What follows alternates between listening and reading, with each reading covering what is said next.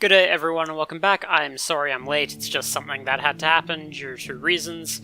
Mostly I was busy with uni assignments. It was partly because I was lazy, and also because I was getting this set up, so take that as you will.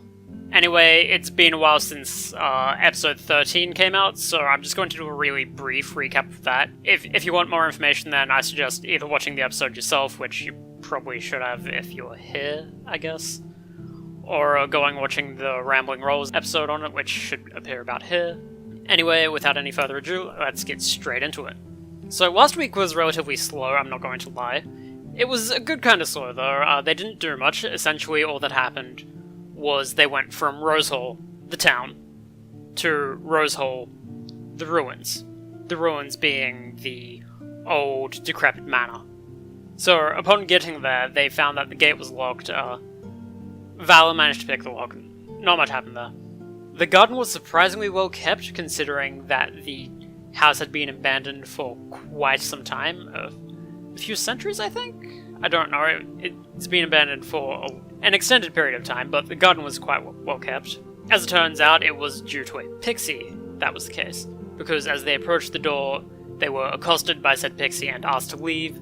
That pixie had been summoned by the noble lady, I think she's a princess, maybe?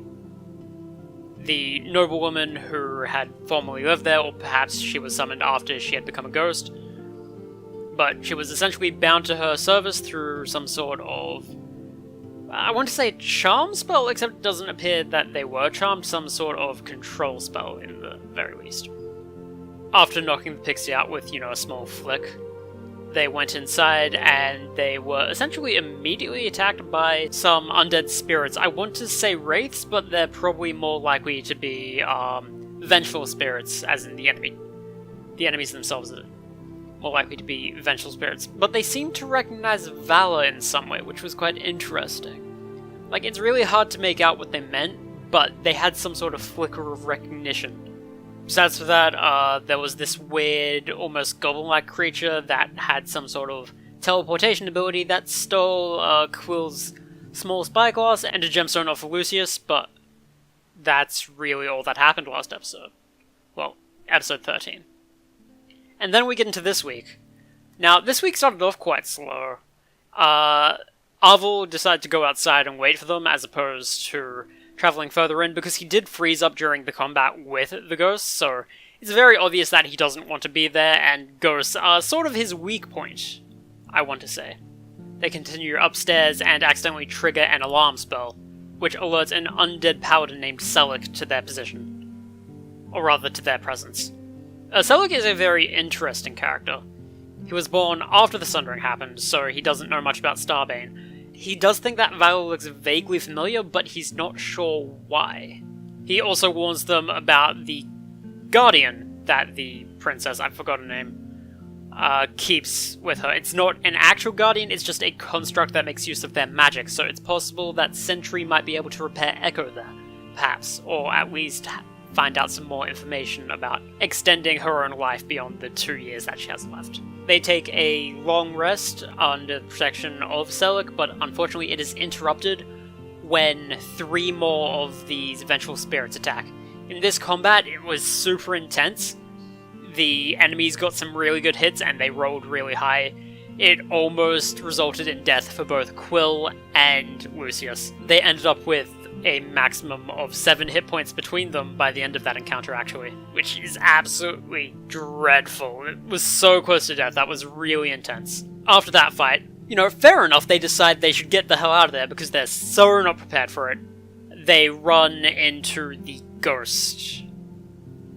Well, the main ghost, I want to say, the princess. I still don't remember her name, I really should have written that down. Remind me to take notes next time, someone, please? I don't know. She immediately mistakes Lucius for being her prince, Prince Swiftsong. The entire story around why this manor is here and why it's high elven in nature and why she's here is she had been practicing planar magic to try and bring her prince, her beloved Swiftsong, over to Aerois from wherever he lived. It was a strange alien landscape, there were a lot of paintings of it.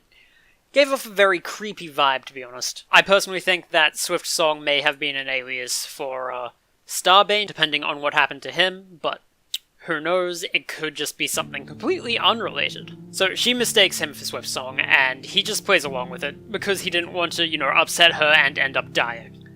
Nova expresses interest in learning planar magic, and Aerois asks for any information on the Wild Elves, while the other two, Sentry and Quill, are asked to leave. I mean, Vala is technically asked to leave, but she makes an excuse by saying that she is Lucius's squire, which he sort of is. She's at least some sort of apprentice of sorts for him. At least that's the feeling that I get from their relationship. So anyway, moving swiftly on, it appears that the unfinished business for this ghostly entity is actually to repair a mirror to allow the actual Swiftsong to cross over.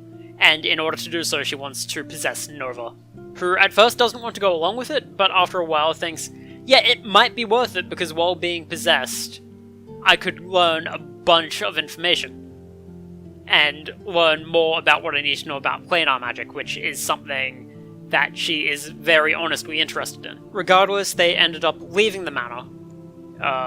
They ended up escaping the manor by climbing out the windows of the guest rooms and made a break for the road. By the time the princess had discovered them, they had taken a long rest while along the road, and they heard this pained scream of torment in the distance.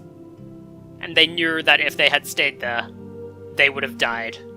So that indicates to me that she is a banshee of sorts. I think it's going to be a somewhat customized banshee, as it is a sort of final boss type deal.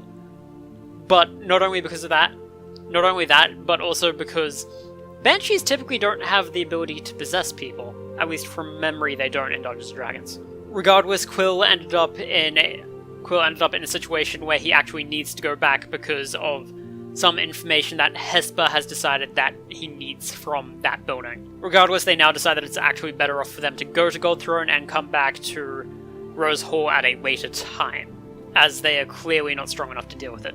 Which is good, because I'm really curious to see what adventures await them in Gold Throne and beyond.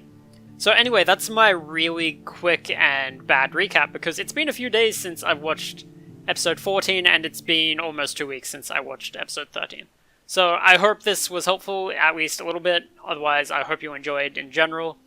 Thanks for watching, and I might see you next time. Cheers. Bye. Actually, as a side note, if you are somehow still here, thank you very much. If you want to check out some of my homebrew content on the Dungeon Masters Guild, that would be greatly appreciated. I recently released a sniper archetype for the rogue, as well as the Circle of Seasons and the Virtual Bloodwine for the sorcerer. There is, of course, still the Soulquaker and the Huskell up there. 3 of those pay what you want: the sniper, Soulquaker, and Huskell. The other 2 subclasses, they both require payment. It's currently at 50 cents. I might drop that to 25 because I'm not really happy with charging 50. It's just, they said, if this isn't free, it should be a minimum of 50 cents.